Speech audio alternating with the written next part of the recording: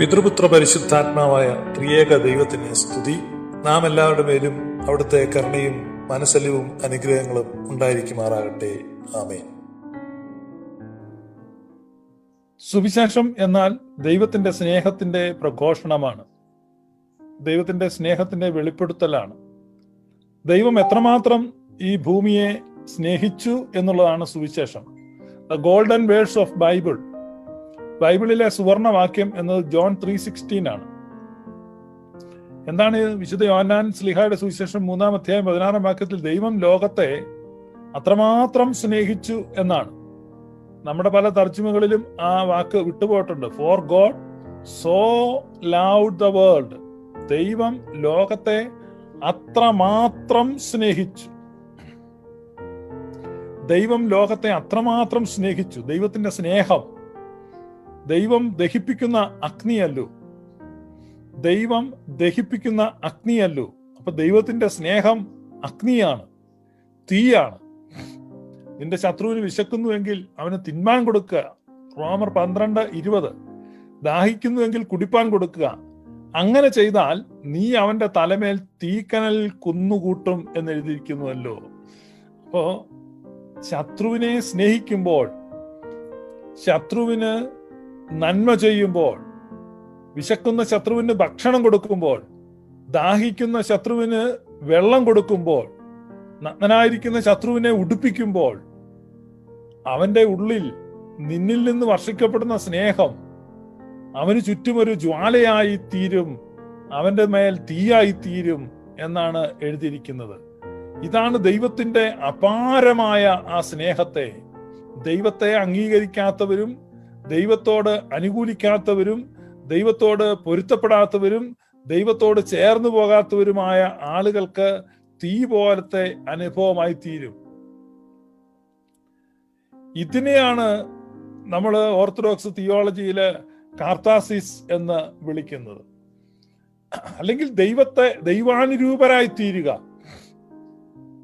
ദൈവാനുരൂപരായി തീരുക. അതാണ് പൊള്ളിക്കുന്ന തീയ്. ഇതാണ് നരകത്തിന്റെ തീയ്. നരകം എന്ന് പറഞ്ഞാൽ അതാണ്.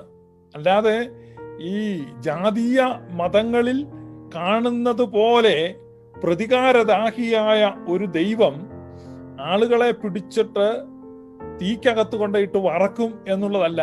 ആ തീയ് സ്നേഹത്തിന്റെ തീയാണ്. ആ തീയിലൂടെ കടന്നു പോകുമ്പോൾ അഹന്തയെല്ലാം ഇല്ലാതെയാകും, സ്വാർത്ഥതയെല്ലാം ഇല്ലാതെയാകും, താൻ പോരുമയെല്ലാം ഇല്ലാതെയാകും. അപ്പൊ ദൈവസ്നേഹത്തിന്റെ തീയിലൂടെ പ്രവേശിക്കുമ്പോൾ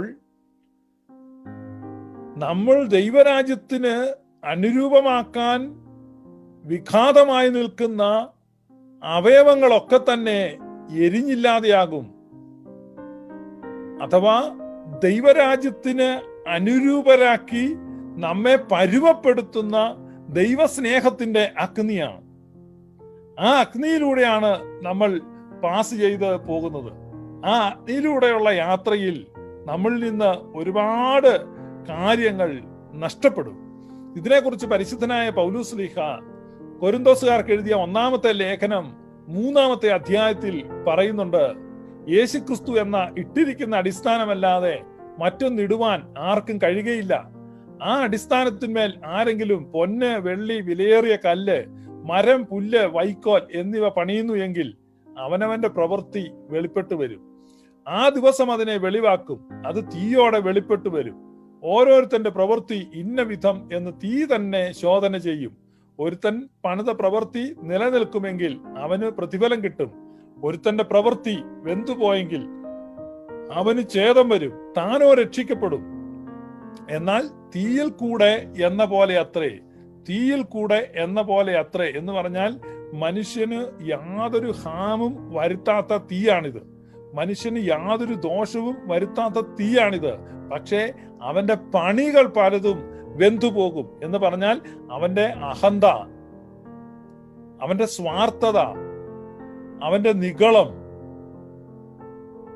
അപ്പം നമുക്ക് ദൈവരാജ്യത്തിന് വിഘാതമായിട്ടുള്ള പലതും വെന്ത് എരിഞ്ഞു പോകും. അപ്പൊ വേരും കൊമ്പും അടക്കം ദൈവത്തിന് വിരുദ്ധമായത് കത്തിപ്പോകും. അപ്പൊ ഈ കത്തിപ്പോകുന്ന പ്രോസസ്സ് ഈ ഐഹിക ജീവിതത്തിൽ തന്നെ നടപ്പാക്കുന്നതിനെയാണ് ഈ ക്രിസ്ത്യൻ അസറ്റിസം എന്ന് പറയുന്നത്, അല്ലെങ്കിൽ ക്രിസ്തീയ താപസന്മാർ ചെയ്തുകൊണ്ടിരുന്ന അതാണ് ക്രിസ്തീയ സന്യാസം. അപ്പൊ അതാണ് ഓർത്തഡോക്സിയിൽ പറയുന്നത്. അതാണ് ദേറാക്കാരും ഇഹീദയക്കാരും മലകളുടെ പിളർപ്പുകളിൽ ഇരിക്കുന്ന സന്യസ്തരും മരുഭൂ പിതാക്കന്മാരും കോലാടുകളുടെയും ജടയാടുകളുടെയും തോൽ ധരിച്ചവരും പാറകളുടെ പിളർപ്പുകളിലും വിള്ളലുകളിലും ഉഴന്ന് വലഞ്ഞവരും ഭക്ഷണം വെടിഞ്ഞവരും ദാഹിച്ചു വലഞ്ഞവരും ദൈവമുഖം അന്വേഷിച്ചവരും അങ്ങനെയുള്ള പിതാക്കന്മാരെല്ലാം പ്രാർത്ഥിച്ച എന്താണ്? ഈ തങ്ങളുടെ വെന്തുപോകാനുള്ള അവയവങ്ങൾ, വെന്തുപോകാനുള്ളത് ഈ ലോകത്തിൽ വെച്ച് തന്നെ വെന്തുപോവുക. അപ്പൊ സ്വർഗീയ തീർത്ഥാടനമാണ്. നമ്മൾ തീർത്ഥാടകരാണ്. എല്ലാ മനുഷ്യരും സ്വർഗത്തിലേക്കുള്ള തീർത്ഥാടനത്തിൽ, ദൈവത്തിലേക്കുള്ള തീർത്ഥാടനത്തിലാണ്. ഞാൻ ഷിബു പീഡിയക്കൽ. നിങ്ങൾ കേട്ടുകൊണ്ടിരിക്കുന്നത് ഗ്ലോറിയസ് ഗോസ്പൽ. ഇത്തരത്തിലുള്ള കൂടുതൽ വീഡിയോകൾക്കായി ഗ്ലോറിയസ് ഗോസ്പൽ ഒഫീഷ്യൽ എന്ന ഞങ്ങളുടെ യൂട്യൂബ് ചാനൽ സന്ദർശിക്കുക. ദൈവം നിങ്ങളെ അനുഗ്രഹിക്കട്ടെ.